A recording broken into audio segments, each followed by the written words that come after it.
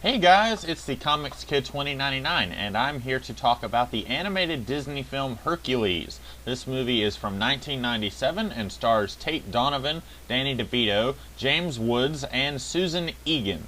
Now, as a movie, this film is pretty enjoyable. As a Superman story, though, it's treading material that we've seen before. Jor-El's hated rival is planning a coup. Because of this, Jor-El's son Kal-El is lost to him and is raised on Earth by the mere mortals Jonathan and Martha Kent.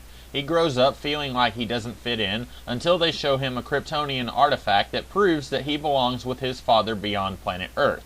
He goes to find his father in the temple of Jor-El, and then his father tells him that before he can come back home with him, he must prove himself a hero. Hilarity ensues. Now, naturally, I'm only joking.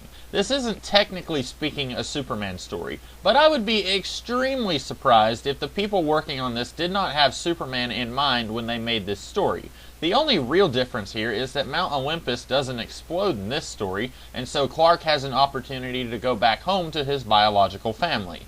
The difference between this movie lifting 90% of the Superman status quo and, say, Atlantis the Lost Empire lifting the entire Stargate movie for its own story is that I feel like it's more justified here. Hercules really didn't have a story to lift from the original myths. Basically, the only thing we know about Hercules is that he had to go through 13 different challenges that would prove that he was a super strong dude. Any liberties that they take with the, and I say this as loosely as I can, source material can be forgiven for pretty obvious reasons. When you're making a movie aimed at children and will almost certainly be meant to be watched with the entire family, then it makes sense that you would say that Hercules started off as a full-blown god and then became a demigod through the machinations of Hades. But seriously, where did he get that potion that just happens to turn gods into mortals? The alternative is going the route that the old myths did, where Zeus can't keep it in his pants and goes to such lengths as turning himself into a mist so that he can sneak into a lady's room and sex her up. So yeah, I'm fine with them changing that up. Although I have no idea why the people behind this movie thought that they should go with the Roman pronunciation of our hero's name. I'm not saying that we should be purists, since I'm obviously okay with some of the changes that we've got here, but maybe we could call him Hercules like he actually was in the Greek stories. Just a thought. Having said that, I think they probably could have dialed it back a little bit. I'm fine with Hercules being from Olympus, raised on Earth, and wanting to go back to his people. But then you have Meg, who even acts like Lois Lane. She's rude, cynical, and jaded, and then she falls for the pure, wholesome hero who is very naive when compared to her. Okay, there's borrowing a couple of the basic story trappings, and then there's flat out stealing the entire plot of Richard Donner's Superman movie. Okay, I won't go that far. Now, if the villain of the piece was a human scientist like Galileo who is jealous of Hercules' feats of strength, well then that'd be a different story. So anyway, let's try to ignore that this movie is like 80% Superman and see what's going on with the story itself. Well, there's not much of one. We find out at the very beginning of the movie that Hades is evil, and he is planning to take over Olympus because he hates running the underworld. He has to wait until all the planets align, which will be in 18 years. This will allow him to free the Titans, who are basically these big dumb monsters that do not in any way resemble the Titans of myth. Now, I'm not sure why releasing all of the Titans is that big of a deal, because Zeus imprisoned them once before. Why is it suddenly impossible for all of the Greek gods to tackle the Titans if Zeus was able to take them on by himself once upon a time? Is it because he's getting too old for this stuff? No, they're immortal, so that's not it. So I guess it's a plot convenience. And anyhow, Hades finds out from these ugly crone ladies who can see the future that if Hercules fights Hades when he tries to take over Olympus, he will lose. Hey, wait a minute, if these crone ladies can see the future, why is it that they are surprised when they can't cut Hercules' life string thing near the end of the movie? Plot convenience? Okay.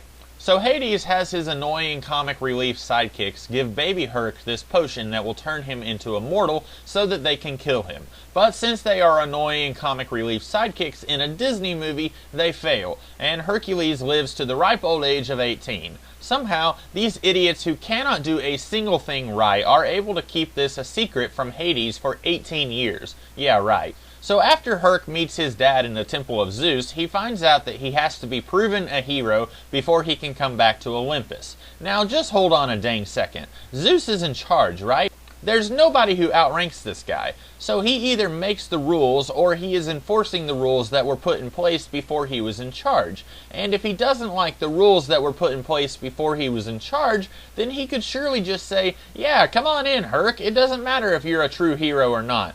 I get that the story, what little of one there is, has to happen, so Zeus telling Herc that he has to become a hero is the way to set Herc on his heroic path. But if you really sit and think about it, Zeus is just putting all of these rules down so that he can be entertained. There is absolutely no reason why Zeus couldn't have just taken Herc away from Jonathan and Martha Kent as soon as he found out that they had him. Yet the Muses act like it is a great tragedy when Zeus discovers that his son is mortal.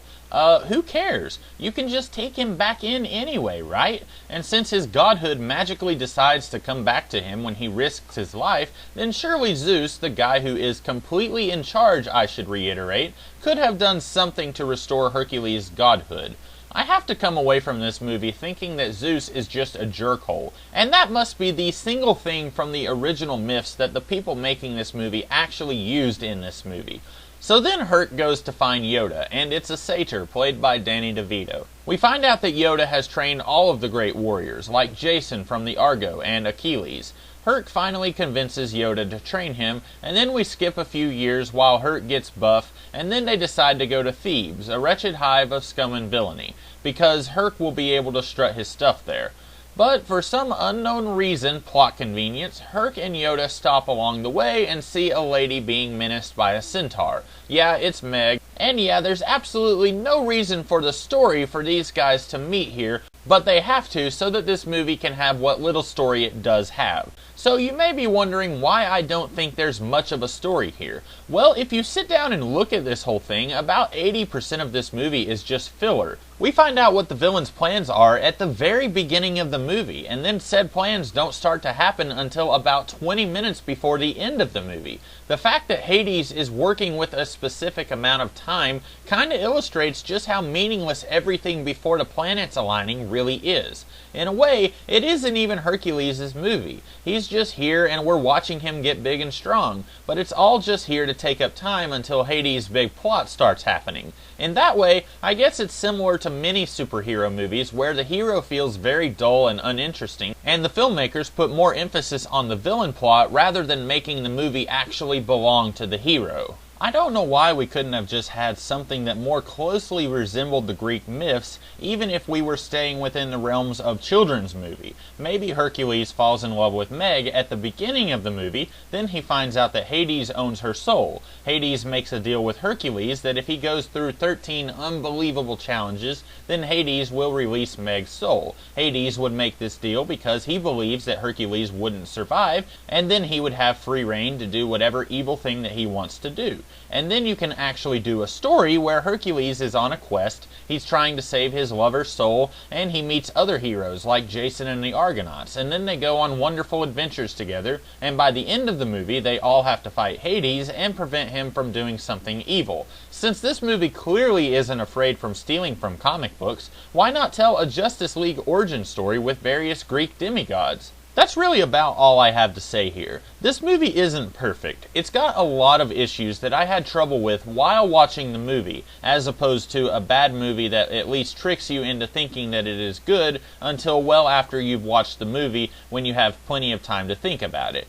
But it's pretty enjoyable. Many of the gags made me laugh out loud, but those were few and far between, and surface gags do not a good movie make. At the end of the day, the structure upon which this movie is built is pretty shoddy, and I just don't feel like there's much of a movie here at all. So that's it. I hope you guys found this review helpful. Even if you disagree with me, maybe you learned to see this movie in a different light after hearing my video. If you did find the review helpful, then maybe you will like, share, comment, and subscribe. Anyhow, I will be back tomorrow with a different kind of video. Until then, be safe, my lovelies, and I'll see you then. Have a great day.